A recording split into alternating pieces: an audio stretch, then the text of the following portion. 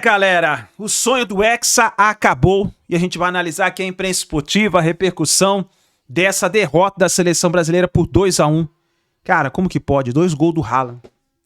Como que pode isso? Bom, gostaria muito da sua opinião. Eu vou dar minha opinião no final do vídeo. Chega aqui, dá aquela moral, deixa o seu like. Se você não é inscrito aqui no canal, se inscreva, ative o sino das notificações para você receber sempre o melhor do futebol, tá bom? Vamos lá pro vídeo de hoje. 2 gols do Haaland, 1 gol do Neymar. Créditos, canal ESPN Brasil. Pontos onde estão nossas equipes, começando pela Marcela Rafael, direto de Dallas. Fala, Marcela. Eu ia te perguntar se está tudo bem, na sua vida, claro, tudo bem, mas o dia de hoje não está nada bem com a eliminação brasileira, né? Fala, William. Aquele sorriso, né, protocolar pra gente falar com os fãs de esportes para entrar no Linha de Passe e para falar de mais uma eliminação da seleção brasileira. Ou seja, o Hexa vai ficar para daqui a 4 anos, mais uma vez 5 jogos, como você estava lembrando, só que agora em oitavas de final, né? Não conseguimos chegar nas quartas de final, porque agora temos aquela segunda fase nesta Copa do Mundo.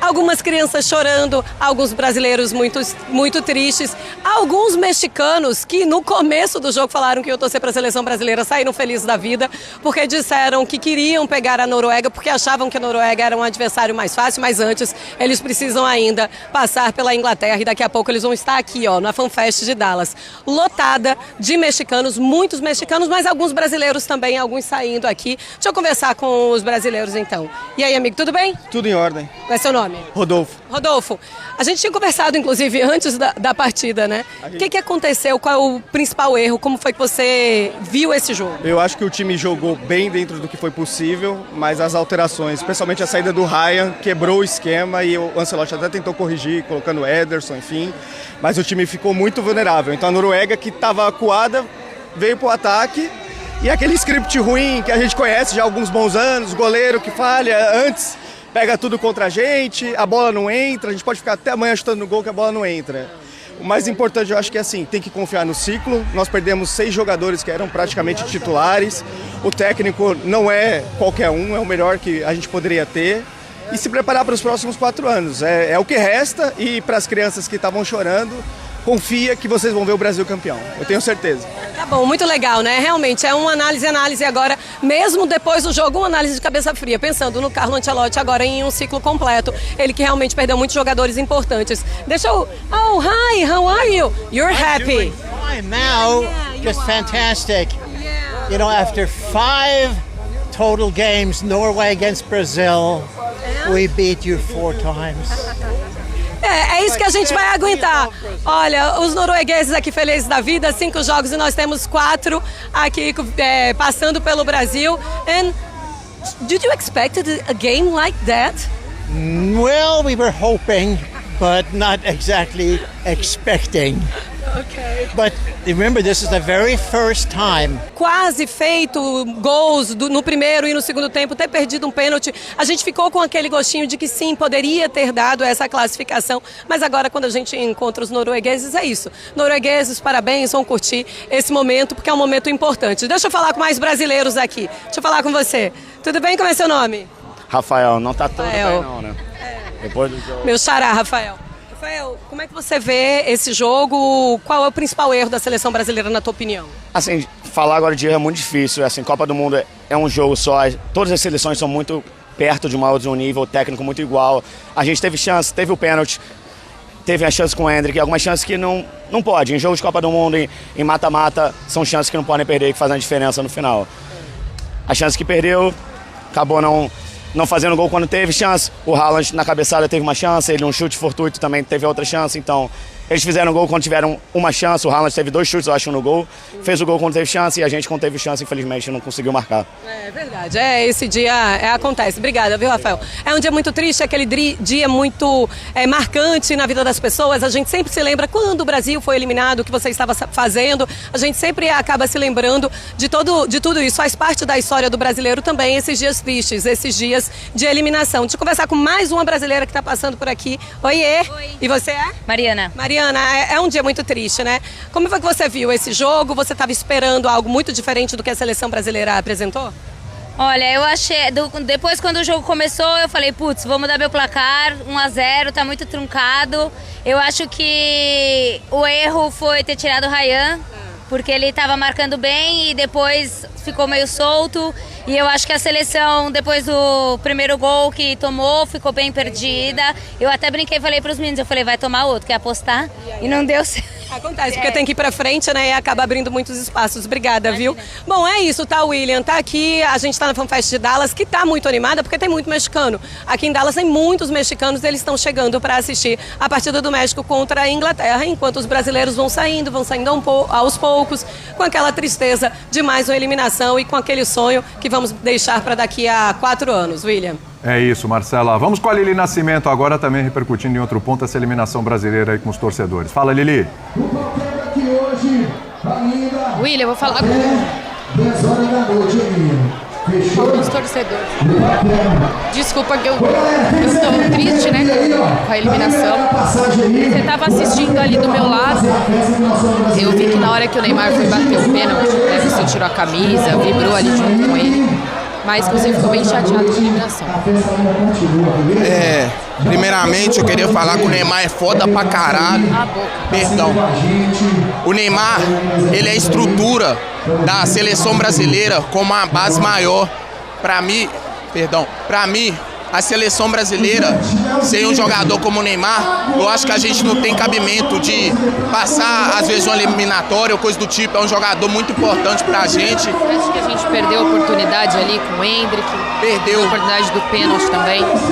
Eu acho que o jogo tomou andamento depois que a gente perdeu o pênalti, que é uma conclusão muito importante para a seleção brasileira se dar bem. E as outras chances... Calma aí, paizão.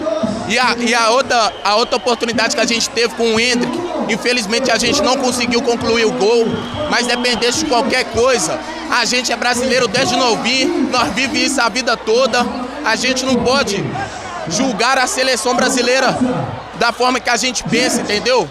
Porque o Neymar é brabo, seleção brasileira não atuou bem como a gente queria, mas a gente não tava lá dentro jogando junto com os caras, mas não tava de fora, mandando boa energia, entendeu? Sendo os maiores campeões, né? Então... Continuamos sendo os maiores campeões, é assim que foda-se a Argentina. Eita, mas na boca suja, hein? Ô, William, a festa tava cheia, tinha muita gente aqui, é claro que assim que acabou o jogo todo mundo foi embora, muita gente saiu chorando também, tinha criança, vamos tentar falar com mais um torcedor? Você é brasileiro? Brasileiro. Como é que você avalia o jogo, essa eliminação triste do Brasil, precoce? Eu achei que perderam muita oportunidade, pênalti, mas Neymar fez o gol, eu tô feliz. É isso aí. O último gol dele numa Copa do Mundo. Tá ótimo. Eu queria que ele jogasse, jogou. Pra mim tá perfeito. A equipe jogou muito bem. Tudo isso no placar final, 2-1 para a Noruega, e o Brasil assim chega à sua maior fila na história das Copas em relação a títulos. O Brasil vai para 28 anos sem vencer um título, de novo batendo no 5º jogo. Foi assim em 2010, foi assim em 2018, foi assim em 2022, é assim esse ano, com uma diferença. O 5º jogo esse ano é nas oitavas, então o Brasil cai uma fase antes.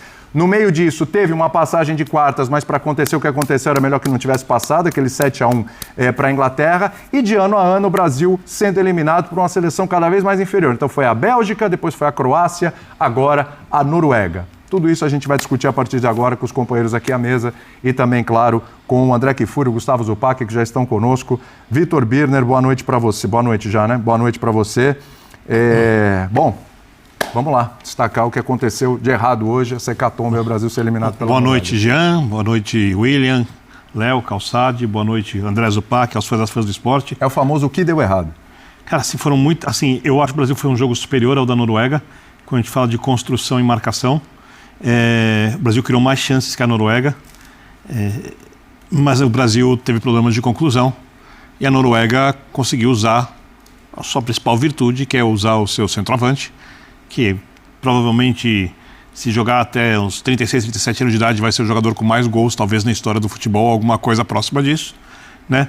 As chances de gols do Haaland, os 2 gols do Haaland foram em chances, por exemplo, muito menos claras que as chances do Brasil. Ou seja, o Brasil teve o controle do jogo até as mudanças. E as mudanças atenderam ao desejo de muita gente. Entraram o Endrick, que era a solução para tudo antes da Copa do Mundo.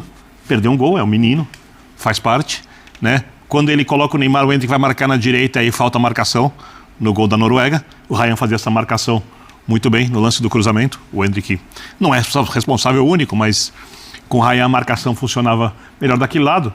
Enquanto entra o Neymar, o Brasil perde a pressão na frente, né? Porque mesmo com o Brasil perdendo o jogo, o Neymar trotava, porque talvez não tenha condição de fazer uma correria de pressão alta que os outros jogadores do Brasil faziam, porque o jogo era estruturado em pressão alta. A Noruega fazia lançamentos longos o tempo inteiro para tentar ganhar essa primeira bola e ficar com a segunda bola, e o Brasil perdeu essa pressão e passou a ter que jogar um jogo mais cadenciado ou de contra-ataque, com uma Noruega que tocou muito a bola porque saiu com mais facilidade de trás do que saía.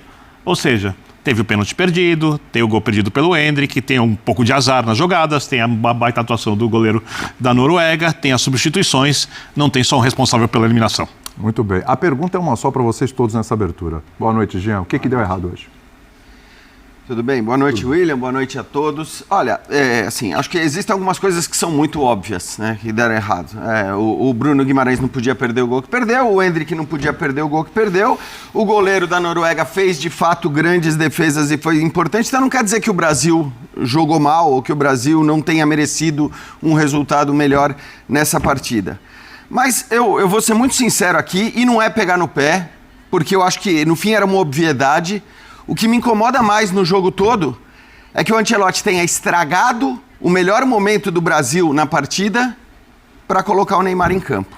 Não é pegar no pé do Neymar, não é culpar o Neymar, tá? Eu estou culpando o Ancelotti, que quis colocar o Neymar naquele momento. Porque na hora que ele coloca o Neymar em campo, ele tira o Endrick do meio e coloca o Endrick para a direita, e o Endrick estava levando perigo, perdeu o gol que não podia perder, mas o Endrick vai marcar na direita. Como bem disse o Birner, o Endrick nem marca bem na direita e é menos perigoso por ali. Então ele já perdeu a qualidade do Endrick. O Vini, que ficava muito mais solto na hora que você não tem o Neymar em campo, obviamente tem que marcar. Porque o Neymar tá dando aquela corridinha cenográfica atrás dos noruegueses. Porque o Neymar não é mais um jogador profissional de alto nível, como a gente falou desde o começo. Desde o dia da convocação. E agora as pessoas vão falar, bem que vocês iam falar isso se o Brasil fosse eliminado, é só olhar para o jogo. O melhor momento do Brasil no jogo era o momento em que entraram o Danilo e o Neymar. A partir dali, o Vini Júnior não ficou mais solto na frente, a partir dali o Endrick, que levava muito perigo, foi marcar do lado direito. Perfeito. E aí aconteceu o que aconteceu. É óbvio que não é só isso, mas é o que mais me incomoda, porque as outras coisas são coisas que acontecem no futebol. Você perde gols, o goleiro adversário faz uma grande atuação. Agora, tem coisa pela qual você não precisava passar. Levar um ex-jogador ou um jogador em final de carreira para a Copa do Mundo. E foi o que o Ancelotti fez. E repito aqui, a culpa é do Ancelotti. A culpa não é do Neymar. O Neymar está acostumado a ter todos os seus desejos atendidos desde os 15, 16 anos de idade. Tá? Então, assim, a culpa é do Ancelotti. Infelizmente. E eu acho até que o Ancelotti fazia um bom trabalho, William. Sim. Eu acho que o Ancelotti fazia um bom trabalho, gradualmente, jogo a jogo, encontrando soluções. Mas aí não sei se nessa crença de que um cara que não joga futebol há 5 anos vai mostrar de volta a sua genialidade de uma hora para outra, porque o Neymar era um gênio, eu não discuto isso. Mas era muito difícil que a genialidade toda aparecesse, né, de uma hora para outra. Então não sei se era crença ou se era, como disse o Birner, um desejo de atender a ânsia das pessoas. O fato, isso me incomoda muito, porque era um momento em que o Brasil estava muito bem no jogo. Talvez o melhor momento do Brasil no jogo, criando chances, desperdiçando a verdade, mas criando chances. E a partir daquelas mudanças, né, dessas mudanças que eu citei, ele mexeu no Endrick, ele mexeu no Vini Júnior, o Brasil não criou mais, tomou os gols e está eliminado da Copa do Mundo. Que pena. Acho que assim, a boa notícia é, nós temos um grande técnico ainda assim para 2030, que vai, eu imagino, poder levar 26 jogadores em condições físicas ideais para jogar uma Copa do Mundo em 2030. Espero que ele faça isso. E tem uma geração muito promissora aí para a próxima Copa. A gente está falando do Ryan, está falando do próprio Endrick, o Estevão bem, claro, que acabou sendo porque se machucou e tudo. Você tem um Martinelli que estava bem, foi bem no jogo hoje, o Martinelli. Só destacar rapidinho, porque esses caras vão passar batidos, né? Os caras tiveram uma boa atuação, passavam batido, o Cunha, o Martinelli, caras que estavam bem no jogo, inclusive, e vão ser engolidos por uma eliminação e tal, e ninguém vai falar. O próprio Bruno, que perdeu o pênalti, está fazendo um bom jogo. O próprio Bruno, são caras que vão ser engolidos por uma eliminação, sendo que estavam fazendo um bom jogo, inclusive uma boa Copa do Mundo também. E aí o Ancelotti morreu com o Neymar em campo, Bertozzi. Sim, William, boa noite. Boa noite, companheiros, boa noite, fã de esporte, aos colegas também nos Estados Unidos. Eu tava terminando o jogo assim com aquelas de, cara, vamos aceitar que é o esporte, como disse o Jean, essas coisas acontecem no futebol. Você perder gols e o adversário ter uma aberração de jogador que já tem 7 gols em 4 jogos de Copa do Mundo. Claro. Agora ele tem 62 gols em 54 jogos pela Noruega. Brincadeira, né? Enfim, média absurda. De fato, se ele jogar mais Copas do Mundo, e a tendência é jogar, talvez se o Mbappé passar, talvez ele ainda passe o Mbappé depois, enfim, não sei. Mas é uma coisa de outro planeta, realmente. Esse cara provavelmente ia fazer gols, né? Sim. O Brasil não podia passar em branco, porque era difícil que ele passasse em branco. É difícil que ele passe em branco em qualquer jogo. Então o Brasil teria que estar preparado para a possibilidade de levar gols. Mas no final do jogo eu acabei assim, sendo atropelado pela cena ridícula, abominável do Neymar indo na cara do goleiro, gritar, fazer graça, chamar o protagonismo para si. Você está sendo eliminado da Copa do Mundo, cara. Põe a bolinha debaixo do braço, vai para o meio de campo e tenta ainda ganhar o jogo, empatar o jogo, fazer qualquer coisa. Não é sobre você não é maior que nada ali. Você não é nada naquele momento, sabe? Não adianta depois fazer essa ceninha aqui. Não adianta. Você já tentou trazer o protagonismo para você, um protagonismo que não é seu. Você não devia nem estar ali. Você só está ali porque o técnico, como diz o Jean, o levou para atender sei lá quem, para atender o desejo de não sei quem, para fazer um agrado a não sei quem também, para atender uma parcela da população que queria que ele fosse, fez festa, fizeram toda aquela cena lá no Rio de Janeiro. Vocês falaram com a Lili. Sim. O problema deles era o Neymar, não era o Brasil. Então, exatamente. Então, assim, tem gente que acha o Neymar mais importante que a seleção brasileira, que torce pro Neymar mais pela seleção brasileira. Não sei se essas pessoas até comemoraram o gol, porque o Neymar fez gol em Copa do Mundo. Palmas pra ele, né? Ele deve estar super feliz com isso no final das contas. Então, assim, é isso. A gente vai falar do jogo também. Acho que o Brasil... eu não me incomodo com o Brasil ter tido menos posse. Muita gente falando, o Brasil não pode jogar com menos posse. Isso não foi um problema. Isso não é um problema. Não foi um problema no jogo. Posse e controle são coisas diferentes. Exatamente. Embora me falte, sim, pressionar mais. E aí, por todos os motivos que o Jean já colocou, que o Birner já colocou, o Brasil chamou muito a Noruega. E quando você chama muito um time que tem o que tem para fazer de gol, uma hora a bola vai entrar. Uma hora a bola vai chegar nele. É impossível a bola não chegar num jogador dessa categoria. Quando você desestabiliza os dois caras que estão marcando pelo lado, e ele tirou os dois, né? Então, acho que de fato hoje o Ancelotti, que acertou muito contra o Japão, hoje o que ele pensou em ganhar com as mudanças, ele acabou perdendo mais com quem saiu do que ele ganhou com quem entrou. Isso o jogo mostrou e a gente está vendo muito claramente agora. Então, assim, eu acho que a cena final da comemoração do Neymar, ela embrulha o estômago, para dizer o mínimo. Trouxe para o pessoal, uma disputa pessoal com o goleiro, os dois se provocando, ele bate o pênalti, faz um gol que não adiantou para nada, um gol que não valeu de nada, e aí ele vai provocar o goleiro e tal, etc., completamente fora de contexto, completamente... Não havia a menor necessidade disso. É para, de repente, já colar lá, pegar a bola embaixo do braço, botar para o meio campo, quem sabe dá tempo e tal. Não. Teve um momento solo. Teve um momento solo dele com o goleiro, que de nada adiantou. Boa noite, Calçade. Boa noite. Bom, o melhor momento da carreira dele foi quando ele lidou com o jogo coletivamente, que ele tinha Messi e Suárez do lado dele. A partir do momento que ele passou, o jogo é sobre mim, não sobre nós, as coisas não funcionaram e hoje foi mais um exemplo. O que eu te falei ontem aqui? Sobre ele. O Ancelotti? Sim. Tava louco? Tava louco para colocar, tava arrumando um escape ali para colocar o Neymar. E colocou cedo. E eu ainda te falei, mas só se estiver ganhando. Falou, não, você ainda falou, não. Ele vai arrumar um jeitinho. Foi mesmo. Cara, eu vejo a chance do Brasil de ganhar, para mim, era a mesma de perder. Né? Porque nós não temos uma seleção dominante. Você olha para o Brasil e fala assim, o Brasil é muito bom nisso aqui. O Brasil é muito bom no quê? A Noruega foi o primeiro time na Copa do Mundo que deu à seleção brasileira aquilo que ela mais queria desde o início. Como é que era na cabeça do Ancelotti a seleção sem os contundidos? Se não tivesse problemas, o Brasil teria jogado hoje com o Estevão, concorda comigo? Sim. Talvez Vinícius e Matheus Cunha e Rodrigo. Sim. Né? É bem diferente. Por quê? Com 4. A ideia dele era essa, lá atrás. Quando chegou na Copa, desandou um pouco, ele colocou um terceiro no meio de campo. Galera, o sonho do Hexa para esse ano acabou. Ficou adiado para daqui a 4 anos. Mas eu vou dizer uma coisa para você, cara.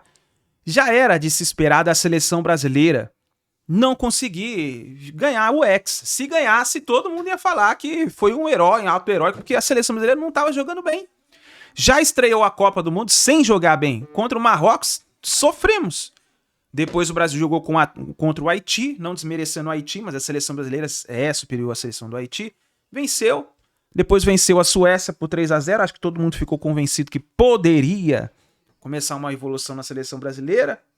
Aí a gente foi para a próxima partida. E aí, cara, pegamos o Japão. O Brasil venceu de virada por 2-1, dificuldade também. Agora pegou a Noruega. E todo mundo falando do Haaland. Todo mundo falando. Atenção no Haaland, atenção no Haaland. Haaland foi lá e marcou 2 gols. E aí fazer o quê? O Brasil teve suas oportunidades. Não podemos dizer que o Brasil não teve oportunidades. O Brasil teve, mas perdeu. O Brasil perdeu um pênalti. Depois teve o lance do Endrick cara a cara com o goleiro. Perdeu. Então, não tem o que dizer. Noruega foi lá no momento decisivo e fez o seu gol. Brasil, no momento decisivo, perdeu o seu gol. E aí tá a diferença. Ficou essa diferença dentro de campo. 2-1 para a Noruega. E agora, meu amigo, é levantar a cabeça e vamos ver o que vai acontecer. Muito obrigado por você estar aqui até o final do vídeo. Deixa o seu like, se inscreva no canal, põe sua opinião nos comentários. É importante que você participe com a gente aqui. E a gente se vê daqui a pouquinho no próximo vídeo.